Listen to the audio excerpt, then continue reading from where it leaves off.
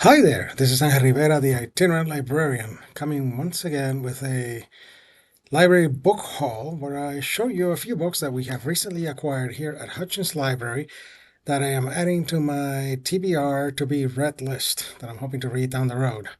If I do read them, you will find a written review on my blog, which I will link down below.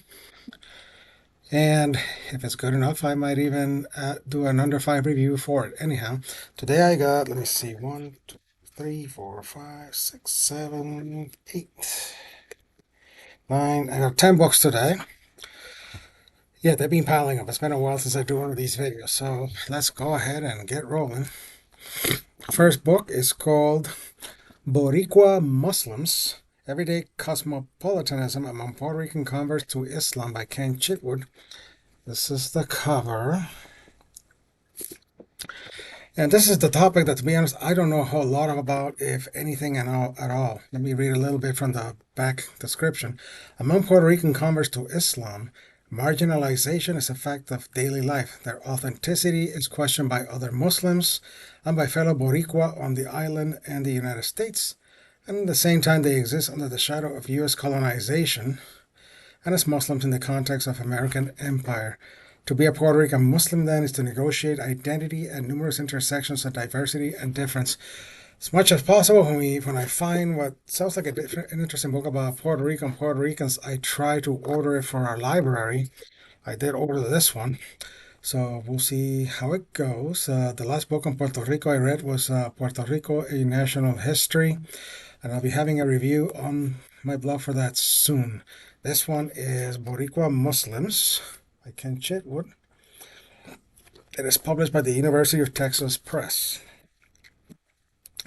Next, if you've been watching these videos long enough or following my blog, you know that I do like reading books about books and reading. So here's one. It's Writing Timbuktu, the book in West African history by Shamil Jeppy. This is the cover of the book right there. I believe the topic of this book is similar to books like the Badass Librarians of Timbuktu, which was fairly popular among librarians a while back. It doesn't look very long, so that'll be nice. Anyhow, I hope to be reading it soon. Again, the book is Writing Timbuktu, the book in West African history by Shamil Jeppy. It is published by Princeton University Press. Next, something a little bit morbid. The book is What to Expect When You're Dead, an ancient tour of death and the afterlife by Robert Garland. There it is. Let me see a little bit of what it says.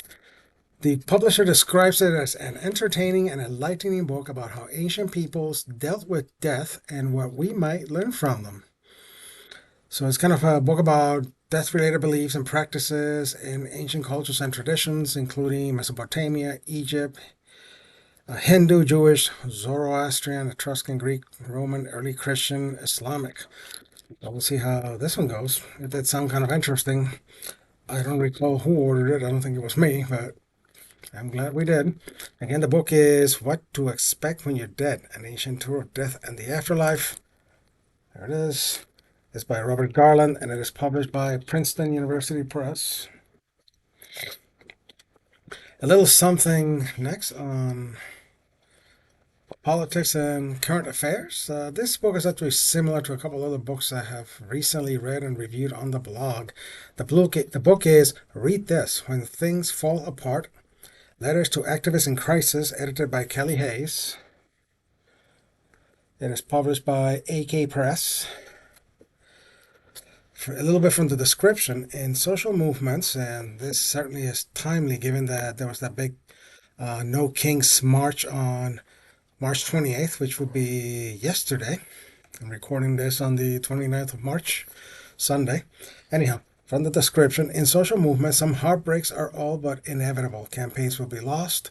Mental health crises will occur. Social ills like gender-based violence will manifest themselves in movement space. People will experience profound personal losses. Read This When Things Fall Apart is a care package for activists and organizers building power under fascistic, demoralizing conditions. It's an outstretched hand offering history lessons, personal anecdotes, and practical advice about how to navigate the woes of justice work. If you need a little bit of inspiration for these hard times, this may be the book for you. Again, the book is Read This When Things Fall Apart, Letters to Activists in Crisis.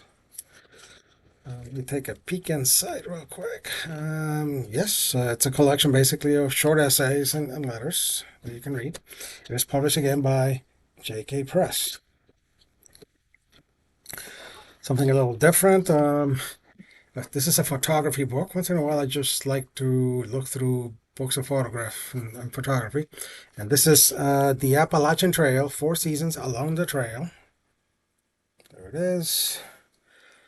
It's a book that is both of iconic parts and of special, often overlooked spots along the Appalachian Trail. And it is exactly that. All it is, it's photography. Let me see if I can find something nice. There we go. Like that there, and that right there. See, it's got a little bit of text to identify the photos, but that's about it. I'm hoping I can get through this a little sooner to review. It's beautiful so far in terms of the photographs.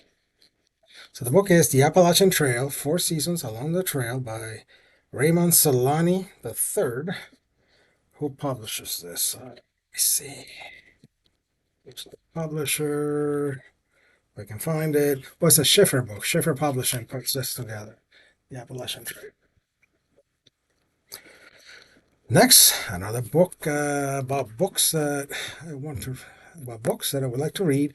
This is The Strange History of Samuel Pepys's Diary by Kate Loveman.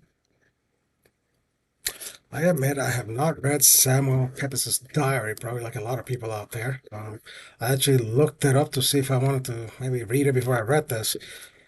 But it seems it is a multi-volume set, so the best thing I may want to do for myself is, if I want to read Samuel Pepys's writing, is probably just find one of those edited collections that has a selection of letters. And even that, those are not too easy to find. But since it is a book about another book, I'm going to go for it. It's basically a history of how he wrote the diary, etc. Again, the book is The Strange History of Samuel Pepys's Diary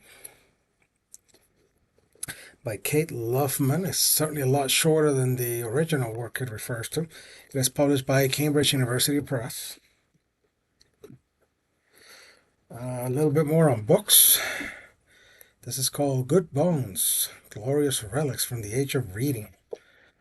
That is a nice cover there, by the way. Written by Brooke Allen. And a little bit of the description.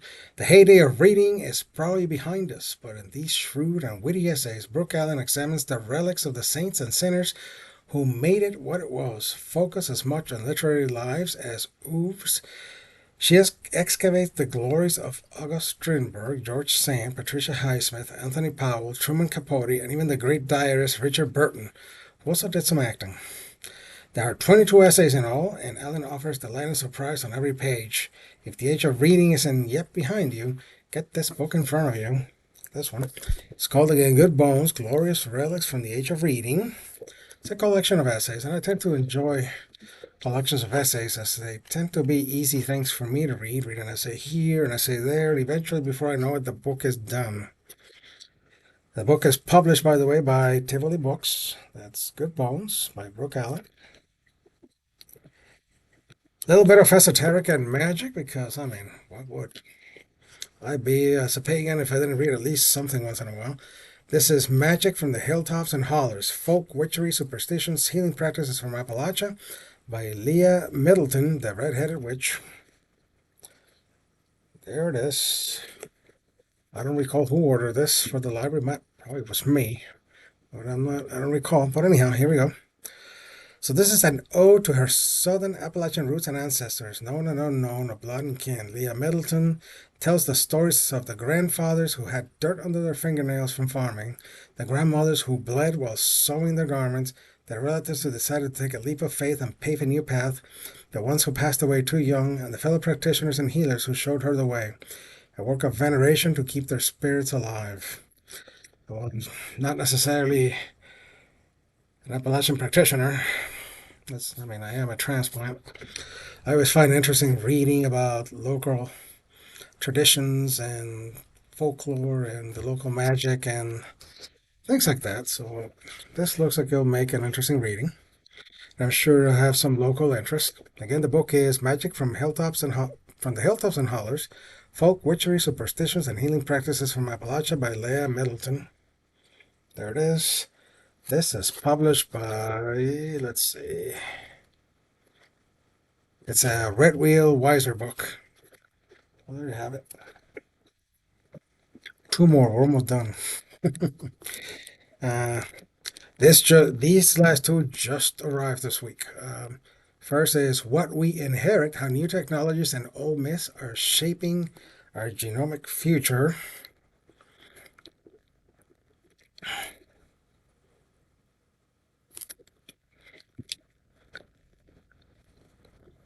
It's debating the use of genomic tools and their societal impact.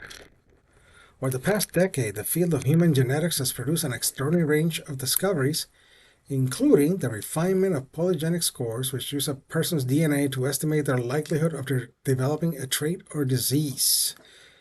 But are these new technologies ready to leave the research lab and be deployed in schools, fertility clinics, and the wider world? I hear echoes of eugenics in there somewhere. In What We Inherit, Sam Trejo and Daphne Marchenko offer different perspectives from the societal impact of rapidly unfolding DNA revolution. Trejo is a sociologist expert on the complex ways people's genes influence their life's trajectory. Marchenko is a bioethicist who specializes in the thorny social issues raised by biomedical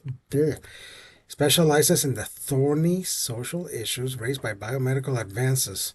And she and they are a little bit more cautious. They both debate the risks and opportunities posed by such new technologies like at-home genetic tests and polygenic embryo selection. Yikes. The book is What We Inherit, How New Technologies and Old Myths Are Shaping Our Genomic Future. There it is right there. And last but not least, I like a book about a good hoax as much as the next guy. So this is a book about a hoax. It's called Ghosts of Iron Mountain.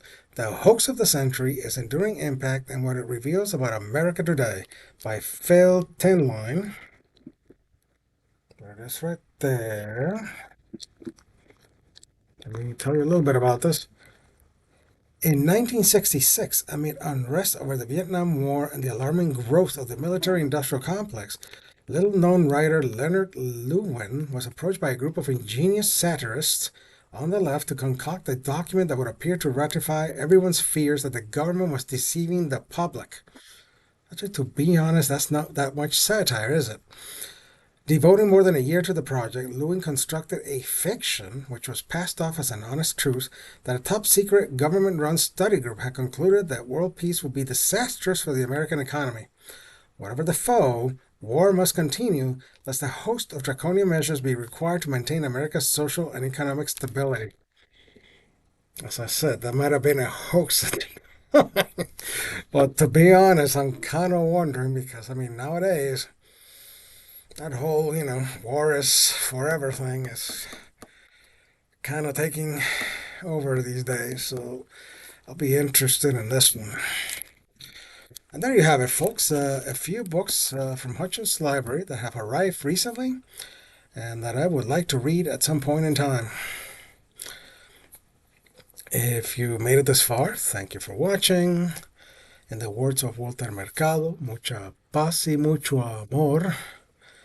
You know the drill. If you like the thing, give it a thumbs up. If you want to see more stuff, feel free to subscribe. I do try to post whenever I have time, basically. So, but I try not to take too long between takes. Again, thank you. And you have a great week ahead. Bye-bye.